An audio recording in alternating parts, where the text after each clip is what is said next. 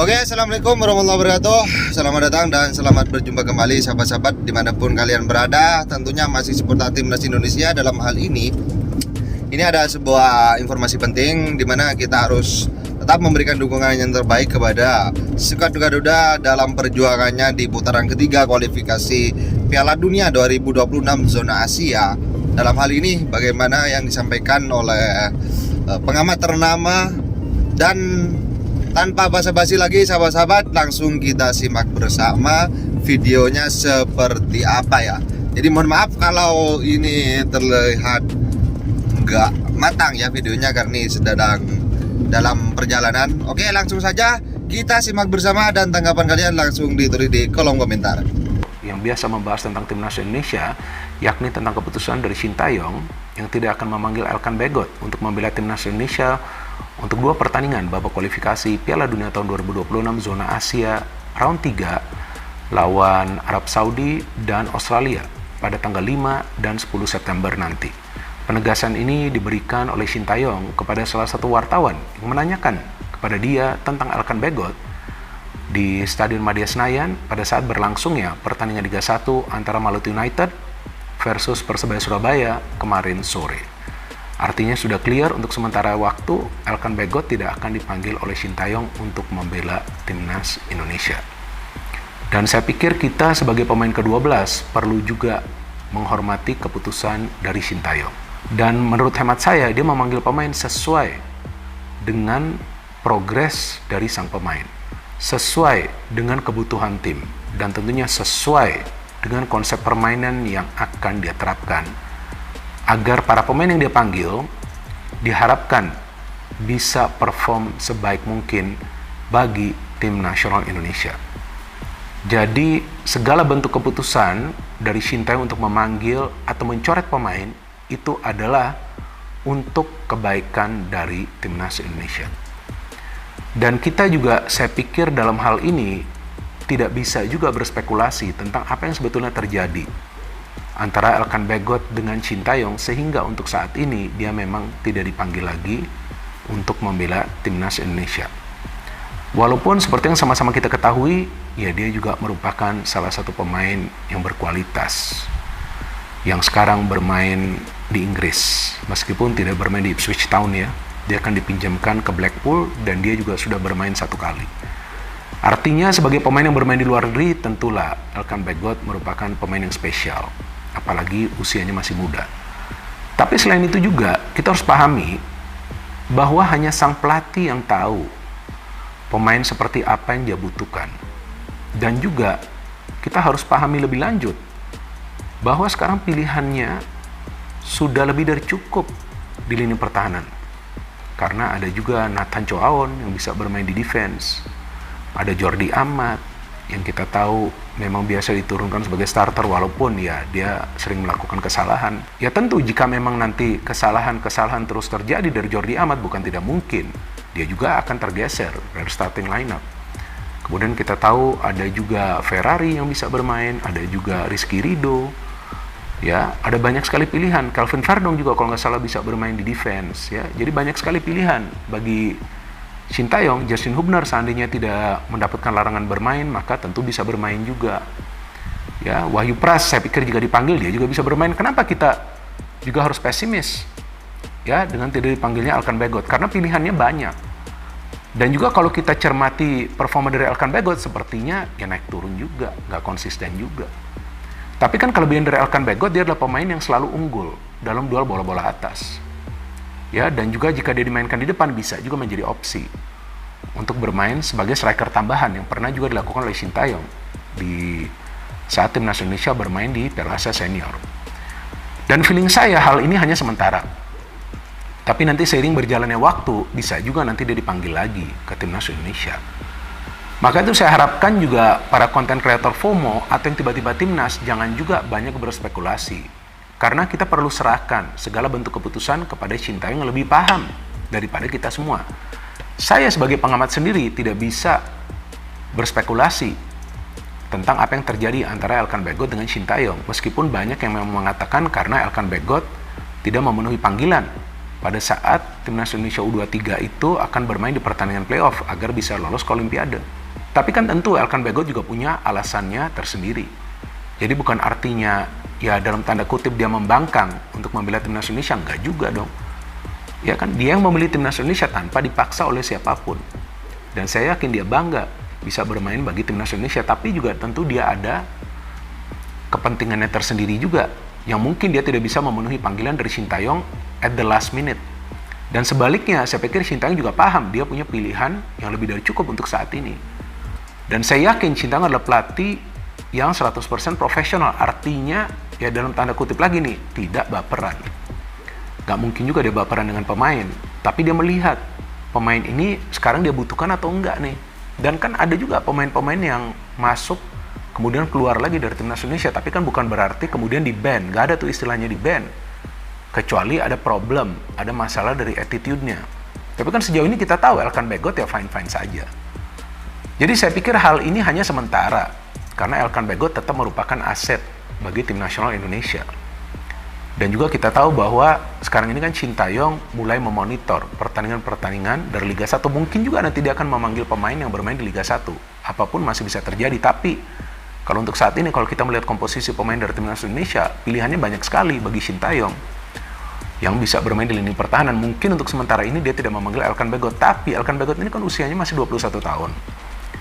Nah, bisa juga nanti next, pada saat Timnas Indonesia U23 itu bermain di pertandingan yang memang termasuk kalender FIFA, atau memang pada saat dia diberikan izin oleh klubnya untuk membela Timnas Indonesia, bisa juga nanti dia dipanggil lagi. Jadi ini bukan berarti akhir dari Elkan Bagot. Enggak, bukan akhir. Ini hanya sementara. Dan ini biasa juga terjadi di negara-negara lain pada saat ada seorang pelatih memutuskan untuk tidak memanggil seorang pemain. Tapi kemudian bisa saja pemain tersebut nanti dipanggil kembali. Ya, contohnya tuh seperti di Timnas Prancis. Pernah kan Benzema tidak dipanggil, kemudian dia dipanggil kembali. Jadi hal semacam ini wajar. Dan saya pikir ada baiknya kita jangan juga memanasi situasi seolah-olah bahwa Sintayong ini salah ya. Gimana kita bisa katakan dia salah? Selama ini kan oke juga kan. Dia membangun fondasi kan, Timnas Indonesia. Ada juga kan pemain-pemain yang bisa diorbitkan, pemain-pemain yang bermain di Liga 1 juga dia memberikan kesempatan. Seperti Malik Rizaldi, termasuk salah satu pemain baru yang dipanggil ke Timnas Indonesia. Jadi kalau saya pikir Sintayong ini pelatih yang cukup fair. Tapi selain itu juga dia akan melihat progres dari sang pemain. Mungkin di level klub dia akan sulit mengikuti progres sang pemain, tapi di Timnas dia akan melihat juga. Dan ada juga kan pemain seperti Maklok itu kan yang sebelumnya menjadi bagian dari Timnas Indonesia, sekarang kan kita tahu terakhir tuh gak dipanggil lagi. Kenapa? Karena sudah ada pemain lain yang permainannya jauh lebih baik dan juga yang fit to play. Tapi bukan tidak mungkin nanti Maklok bisa juga dipanggil kembali seiring berjalannya waktu. Jadi gak ada yang namanya tuh akhir dari karir seorang pemain bagi Timnas, enggak. Apalagi Elkan Bagot yang usianya masih muda. Tapi dalam hal ini kita juga perlu bersikap secara logis dan tentunya bijak. Jangan sampai kita menyalahkan seorang pelatih atas keputusan yang diambil. Wah, nanti repot. Masa pelatih harus menuruti netizen sih? Gak bisa seperti itu dong. Emangnya netizen nih yang berkomentar secara sarkas nih di sosial media sekarang ini emangnya bisa main bola? Emangnya bisa melatih Timnas Indonesia? Pressure-nya besar, bos. Ya, dan saya harapkan juga para konten kreator yang tiba-tiba Timnas ya, tolonglah, janganlah kalian juga berspekulasi seolah-olah kalian yang paling paham. Saya sendiri gak berani berspekulasi. Cuma saya memberikan analisa saya bahwa sebetulnya sekarang pilihannya juga sudah banyak bagi Sintayong. Jadi saya pikir jika dia memutuskan untuk tidak memanggil seorang pemain, ya gak masalah juga untuk saat ini kan. Kecuali kita lagi krisis back, gak dipanggil juga. Nah, itu saya pikir wajar kalau kita kritik kepada Sintayong. Kenapa gak dipanggil juga? Kan Elkan Bagot kan bermain di luar negeri. Tapi kalau untuk saat ini, ada semua pemain-pemain yang dibutuhkan. Apalagi sekarang kita tahu bahwa PSSI juga sedang mencari kan tambahan pemain diaspora Indonesia yang bisa bermain bagi Timnas Indonesia. Mungkin juga nanti akan ada lagi back.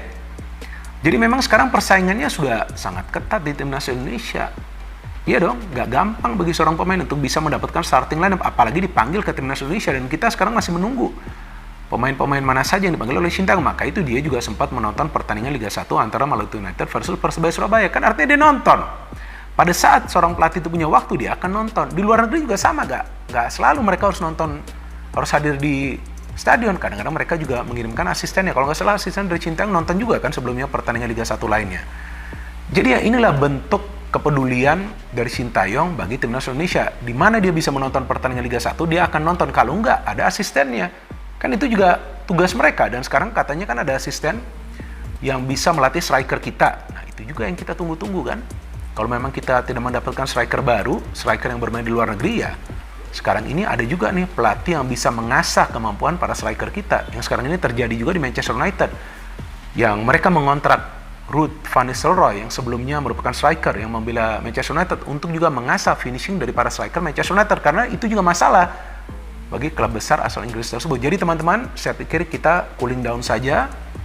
Kita gak usah bikin rame nih, ya kan? Kita tunggu pemain-pemain mana saja yang dipanggil oleh Sintayong, dan kita harapkan timnas kita bisa perform di 2 pertandingan awal ini di round 3 ya. Apalagi nanti pada saat kita bermain di kandang sendiri lawan Australia, itu tim yang memang perlu kita kalahkan. Jadi siapapun tim yang bermain di kandang perlu kita kalahkan untuk membuka peluang agar bisa lolos ke round 4 dari babak kualifikasi Piala Dunia tahun 2026 zona Asia.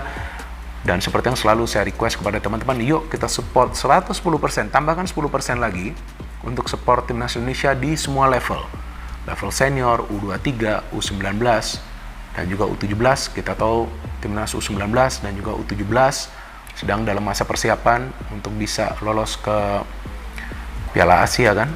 Nah, kita dukung juga dong ya timnas U19 dan juga timnas U17, dan mereka juga dilatih oleh 2 pelatih yang kita tahu punya track record yang jelas ya, dan juga kita tahu bahwa 2 timnas tersebut juga bermain dengan cara yang baik ya. Itulah yang kita inginkan, permainan yang taktis.